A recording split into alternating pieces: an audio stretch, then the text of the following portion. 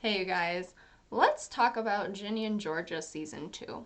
So, this will contain spoilers. If you have not finished Ginny and Georgia, like season 1, if you definitely have not finished Ginny and Georgia season 2, this is not for you. Like, get out. I don't want to give away spoilers. I don't want anyone to be spoiled by anything. So, but I'm going to basically talk about my thoughts in regards to the whole season, where I hope the season, like seasons, show, whatever, where it goes from here, and what I thought of this season, and as well as some plot points. So, first off, in regards to, I'd say, like the different issues discussed within this show, I like the different avenues in which they go. So, what I mean by that is, we, I think, have seen, especially within television, within the last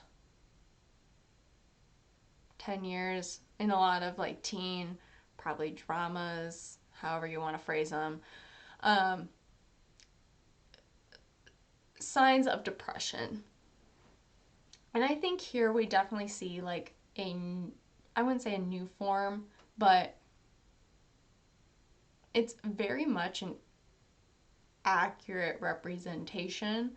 Not saying other shows don't do it well as also, but I think it very much focuses and shows almost like these two different mindsets. Like, you have this mindset on like just a kind of normal day, a normal life. Here's the mindset of someone going through depression. Like, here's how the days compare. Here's how the instances compare, the events. And that's something I found very interesting. That's something I really liked. I also enjoyed, or I shouldn't say really enjoyed, but I'm hoping at some point they tackle the issue of Abby's, I'd say, body image slash, I believe it's going to be also eating disorder. You could definitely see hints of it. It is very much like hinted, discussed in season 1 in regards to her body image with like taping her legs.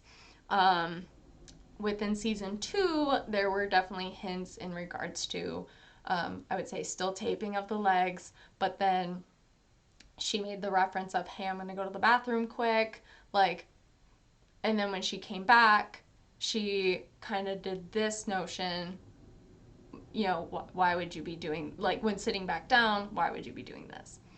And then at the end of the season, we kind of see the depiction of another female character. You hear, I would say, noises, the sink, toilet flushing, and then Abby goes in, kind of engages in the same act, turning on the sink, and you can about imagine where everything else goes from there. I'm hoping at some point that is addressed and talked about, because as we do see, and and we know from the show, Abby's going through, I think, a lot of things at home.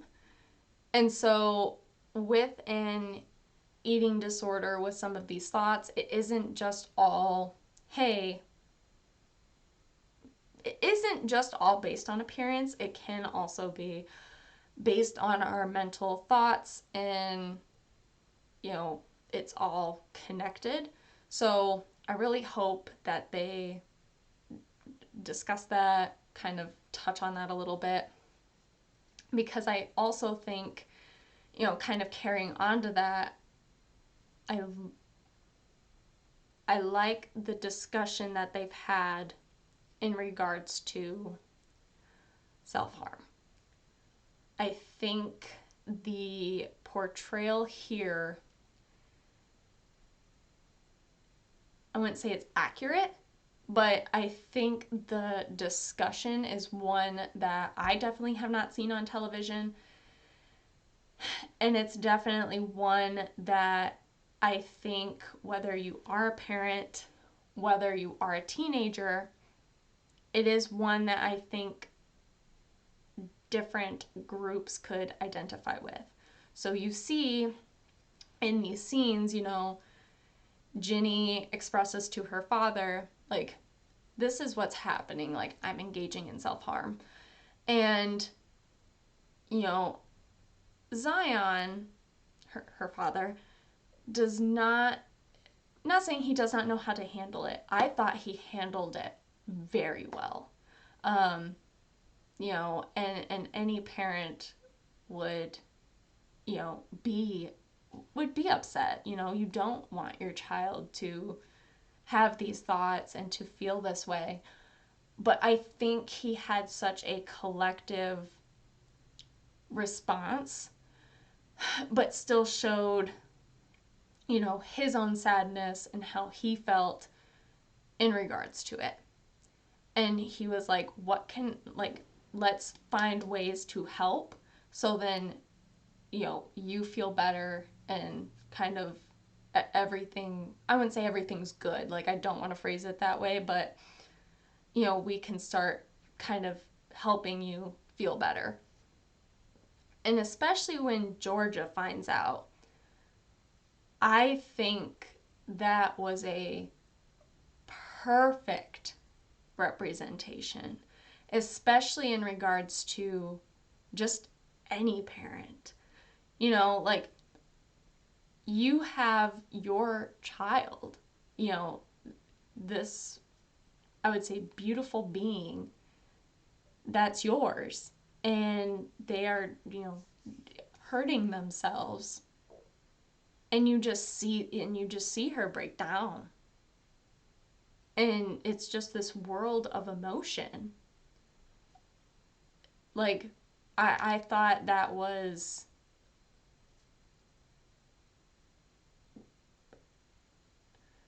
acted very well, a portrayal that I think parents can, or people can relate to. Of course, every situation is going to be different depending on, I think, what the situation is. Because, will your parents understand what's kind of going on there?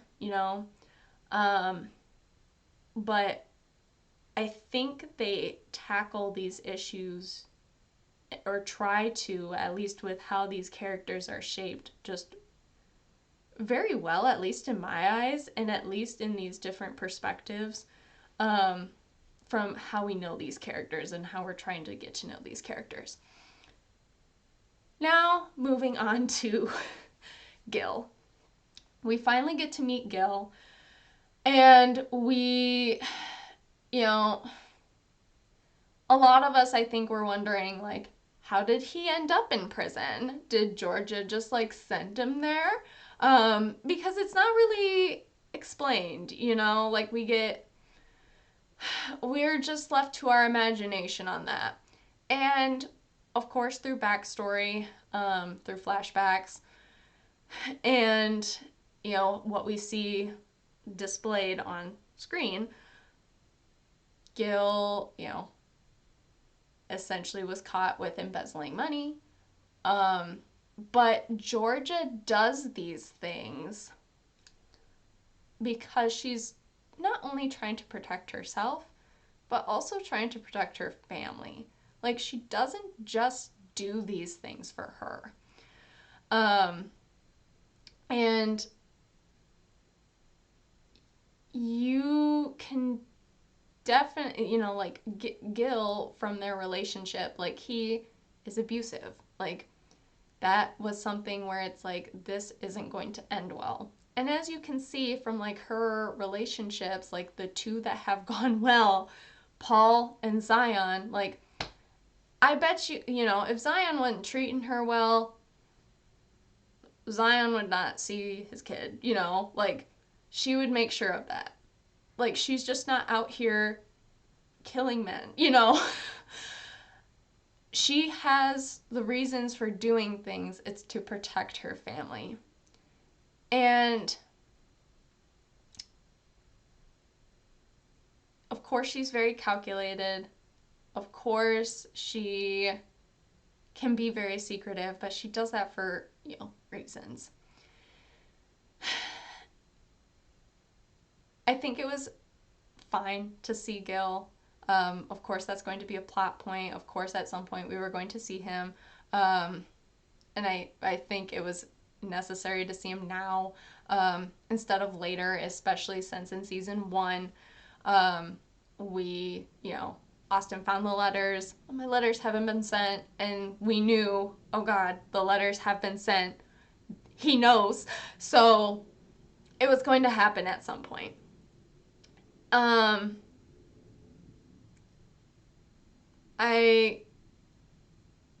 am honestly very curious, though. He could obviously probably come back. We don't know, though. And I don't know if he'd want to risk all that or do any of that. And with what's been, I would say, shown and displayed, it's like, what purpose do you have,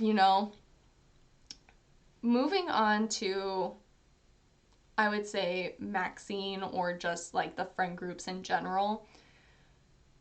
Here is what I think I enjoyed the most. Maxine, I thought was fine. Like, in season 1,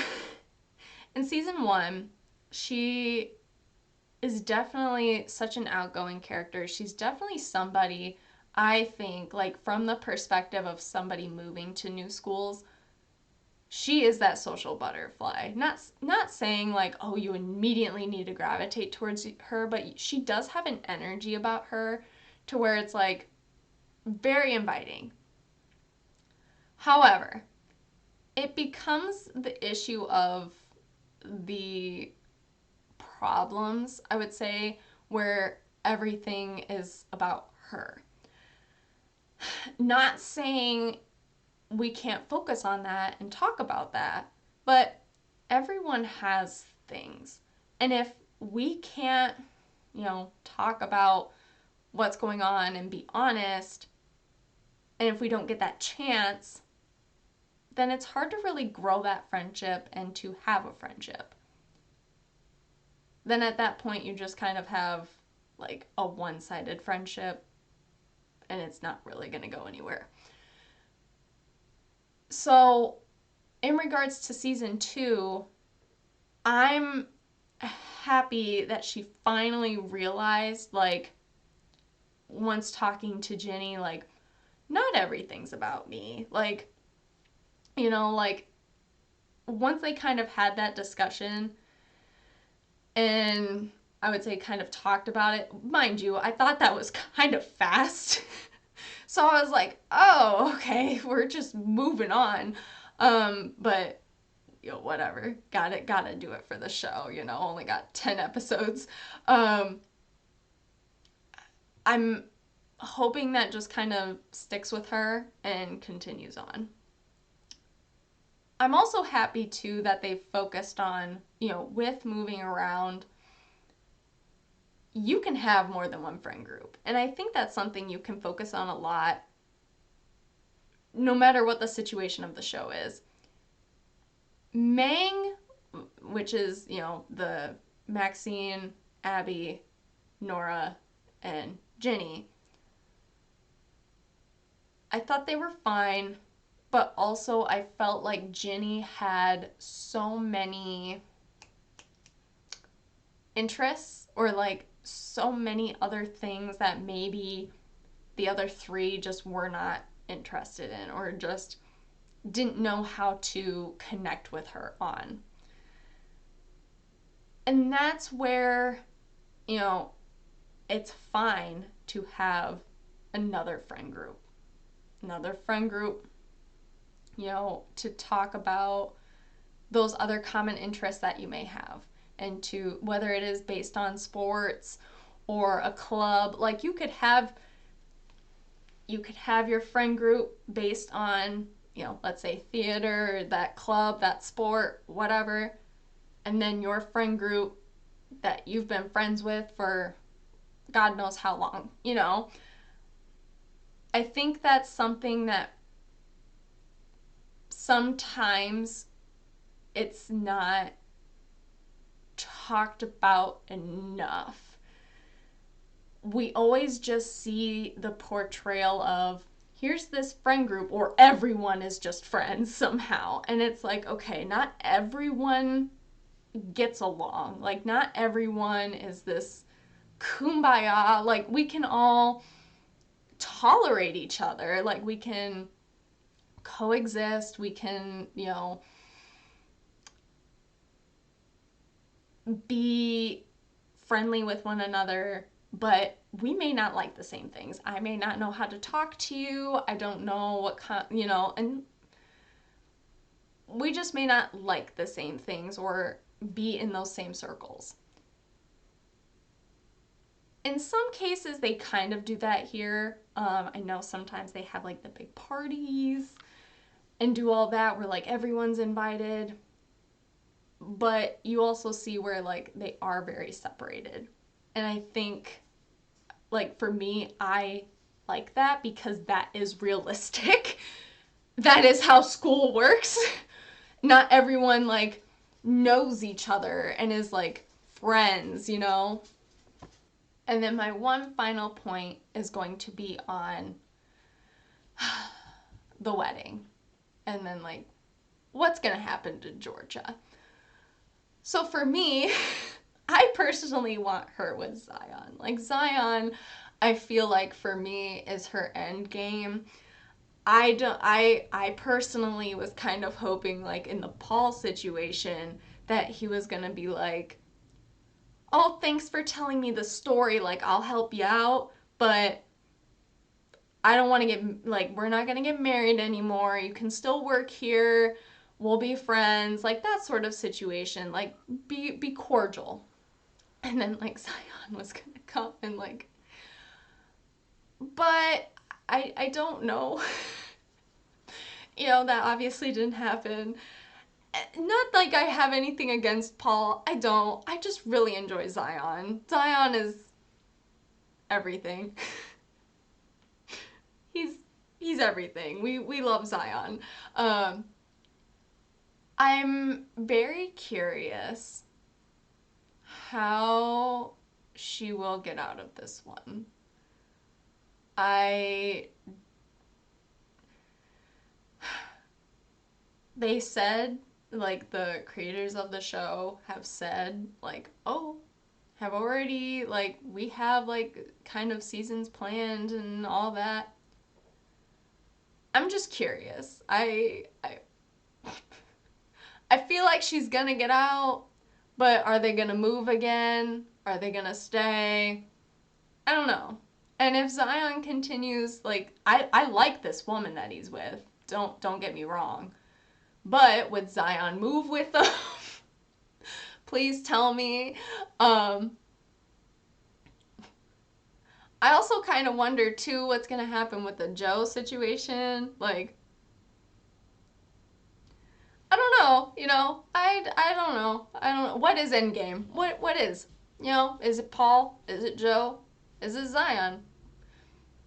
We'll never know. So, we'll see. But that's those are my thoughts on Ginny and Georgia season 2. I'm excited for what's to come.